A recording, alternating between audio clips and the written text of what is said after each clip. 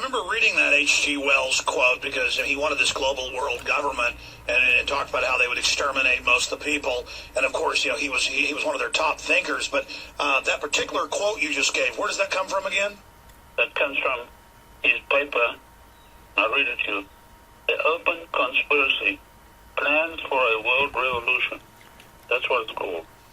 Yeah, Plans for a World Revolution. We've got to do another paper on that. I found this document in the British Museum in London, which is one of the greatest repositories of information in the world. I was privileged, of course, having special access to certain areas that are close to the public. But that's where I found most of this work that I've written about. Well, he was quite open about a lot of it in books like The New World Order. Oh, yes, he was. But I mean, what I'm talking about is the formation of it in the beginning was kept very secret. And of course, Cecil Rhodes tied into this, didn't he? Oh, yes, he was financed by the Lord Alfred Milner. Lord Alfred Milner was an autocrat who'd made huge fortunes in Russia, and he sent Rhodes out actually to South Africa to gain control of the enormous wealth of diamonds and gold which had just been discovered there. And Rhodes put unlimited money behind him, went around buying up all the claims of the prospectors. There's really no mining of any kind going on. And from that small beginning, and they still have this all centered in the City of London, which is a private preserve, financial preserve of the Committee of 300. The City of London is totally different from London itself. It's a financial center. And Rhodes was, of course, sent out with unlimited money, and he bought up most of the claims of the small miners. And when the opportunities came to start mining on a big scale, they were there and waiting and had all of the appropriate wealth to back it up. And today, of course, the mines in South Africa are the biggest in the world. They have a gold seam that stretches for 200 miles east to west. And it's not just some small couple of nuggets. I've been down those mines. We go down 6,000 feet in a cage that drops like a stone. And if you don't have a strong stomach, don't try it. And you get down to these places where they're working, the cases, and they are enormous, 20-foot high. Stay there, Doctor. We're going to come right back to you. Well, I tell you, 10 years ago, you never saw in news headlines about the Bilderberg Group. Here's the Times of London. Secretive Bilderberg Club ready for protest. And it's a high-powered meeting of Committee of 300 members, but it's not as secretive as the overall Committee of 300. And I've researched this, and our guest is dead on and has the documents, and he has the book, which you could call the Bible of conspiracy theories, but it's not theories, it's fact. And, of course, that's the Committee of 300. Coleman300.com is the website, and we cover their endgame eugenics agenda in, of course, my film, Endgame, Blueprint for Global Enslavement. And, folks, this isn't a joke. You know, they stalled you and said there's no secret groups, there's no world government, there's no derivatives, the bankers aren't engaged in fractional reserve banking, the government's not shipping in narcotics, everything's fine, go back to sleep. Now they admit all that's happening, but saying it's good. Fox TV says we're growing opium, it's good. Yes, world government's real, but it's good. Well, from my research, this ends with a authoritarian world government with one-child policy at the bare minimum. Now, you were finishing up going down the diamond mines, and, of course, the De Beers Oppenheimer global diamond monopoly set up by the Milner Group. I've read documents from Milner at the end of World War I in 1919.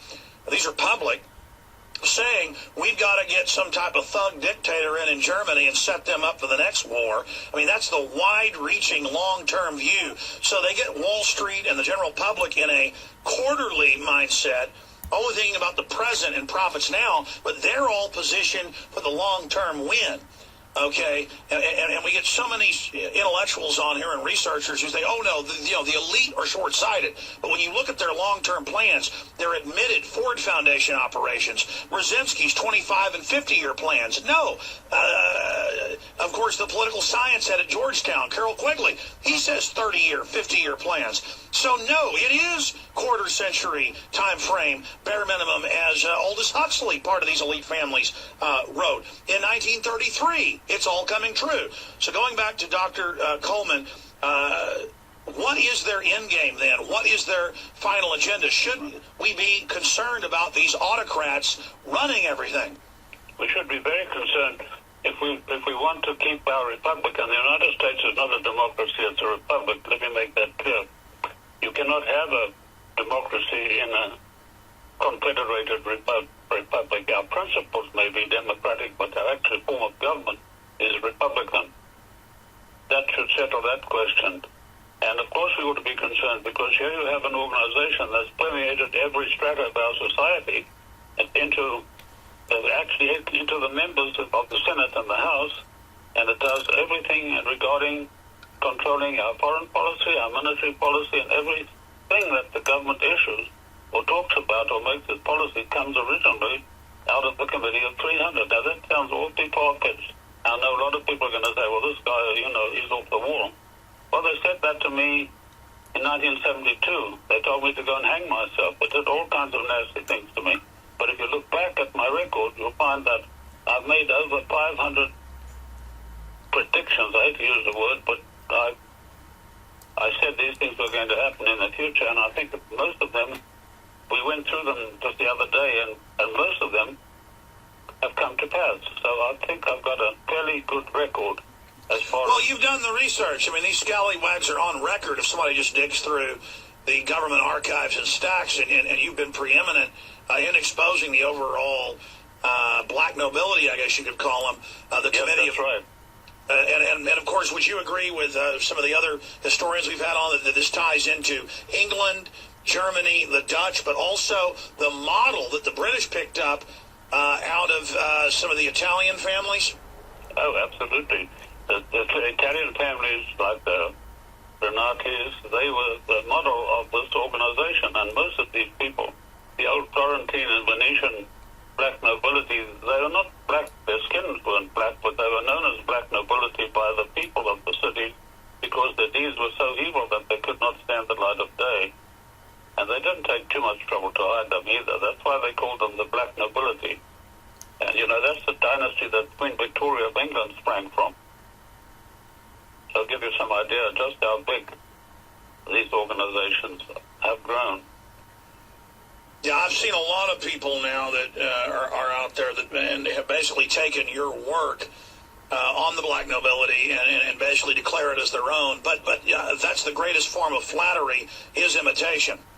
I know that, and I think my work might well be, in the United States anyway, this type of information, the most plagiarized of all books of the conspiracy theories. But that's all right, as long as we get the news out there. That's the main thing. Well, let's continue. You talked about an autocratic, oppressive world government. So from their documents, from the research, are they on schedule? Brzezinski 2 weeks ago told the CFR for the first time the world is awake to their world government, that they're in trouble. A, do you agree with that? And B, flesh out from your research the type of world they want to build.